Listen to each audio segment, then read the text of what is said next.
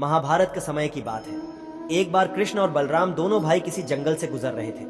चलते चलते काफी समय बीत गया और अब सूरज भी लगभग डूबने ही वाला था। अंधेरे में आगे बढ़ना संभव नहीं था, इसलिए कृष्ण बोले, बलराम, हम ऐसा करते हैं कि अब सुबह होने तक यहीं ठहर जाते हैं। सुबह होते ही हम अपने मंजिल की ओर बढ़ चलेंगे। बलराम बोले, पर इस घने जंगल में हमें खतरा हो सकता है। यहाँ सोना उचित नहीं होगा, हमें जाग कर ही रात बितानी होगी। कृष्ण जी ने बलराम से कहा, अच्छा, हम ऐसा करते हैं कि पहले मैं सोता हूँ और तब तक तुम पहरा देते रहो, और फिर जैसे ही तुम्हें नींद आए तुम मुझे जगा देना, तब मैं पहरा दूंगा और तुम सो जाना। बलराम तैयार हो गए। कुछ ही समय में कृष्ण गहरी नींद में चले गए और तभी बलराम को एक भयानक आकृति उनकी ओर आती दिखी। वो कोई राक्षस था। राक्षस उन्हें देखते ही जोर से चीखा और बलराम बुरी तरह डर गए। इस घटना का एक विचित्र असर हुआ। भय के कारण बलराम का आकार कुछ छोटा हो गया और राक्षस और विशाल हो गया। उसके बाद राक्षस एक बार और चीखा और पुनः बलराम डर कर कांप उठे। अब बलराम और भी सिकुड़ गए और राक्षस पहले से भी बड़ा हो गया।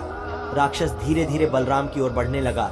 बलराम पहले से ही भयभीत थे और उस विशालकाय राक्षस को अपनी ओर आता देख जोर से चीख पड़े, कृष्णा, और चीखते ही वहीं मूर्छित होकर गिर पड़े। बलराम की आवाज सुनकर कृष्ण उठे। बलराम को वहां देख उन्होंने सोचा कि बलराम पहरा देते देते थक गए और सोने से पहले उन्हें आवाज दे दी। अब कृष्ण पहरा देने लगे। कुछ देर बाद वही राक्षस उनके सामने आया और जोर से चीखा। कृष्ण जरा भी घबराए नहीं और बोले, बताओ, तुम इस तरह चीख क्यों रहे हो? क्या चाहिए तुम्हें? इस बार भी कृष्ण के साहस के कारण उनका आकार कुछ बढ़ गया और राक्षस का आकार कुछ घट गया। राक्षस को पहली बार कोई ऐसा मिला था जो उससे डर नहीं रहा था। घबराहट में वह पुण्य कृष्ण पर जोर से चीखा। इस बार भी कृष्ण नहीं डरे और उनका आकार और भी बड़ा हो गया, जबकि राक्षस पहले से भी छोटा हो गया। एक आखिरी प्रयास में राक्षस पूरी ताकत से चीखा, पर कृष्ण मुस्कुरा उठे और फिर से बोले, बताओ तो क्या चाहिए तुम्हें? फिर क्या था, राक्षस सिकुड़कर बिल्कुल छोटा हो गया और कृष्ण ने उसे हथेली में लेकर अपनी धोती में बांध लिया और फिर कमर में खोस कर रख लिया। कुछ ही देर में सुबह हो गई। कृष्ण ने बलराम को उठाया और आगे बढ़ने के लिए कहा। वे धीरे धीरे आगे बढ़ने लगे। तभी बलराम उत्तेजित होते हुए बोले, पता है कल रात में क्या हुआ था? एक भयानक राक्षस हमें मारने आया था। रुको रुको।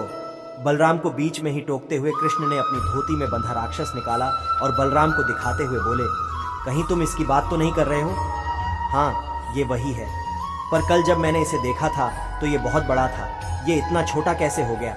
बलराम आश्चर्यचकित होते हुए बोले। कृष्ण बोले, जब जीवन में तुम किसी ऐसी चीज से बचने की कोशिश करते हो जिसका तुम्हें सामना करना चाहिए, तो वो तुमसे बड़ी हो जाती है और तुम पर नियंत्रण करने लगती है। लेकिन जब तुम उस चीज का सामना करते हो जिसका सामना तुम्हें करना चाहिए, तो तुम उससे बड़े हो जाते हो और उसे नियंत्रित करने लगते हो। दोस्तों, ये राक्षस दरअसल हमारी जिंदगी में आने वाली चुनौतियां हैं। अगर हम इस चुनौतियों को टालते हैं तो ये और बड़ी होती जाती हैं। आखिर में ये हमें कंट्रोल करने लग जाती है।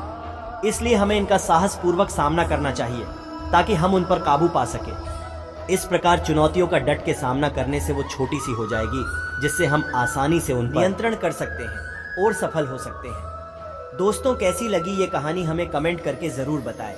और भी नैतिक शिक्षा की कहानियां, मोटिवेशनल कहानियां, अच्छी अच्छी कहानियां और प्रेरणादायक कहानियां की वीडियो को देखने के लिए हमारे चैनल को सब्सक्राइब कर लें। धन्यवाद।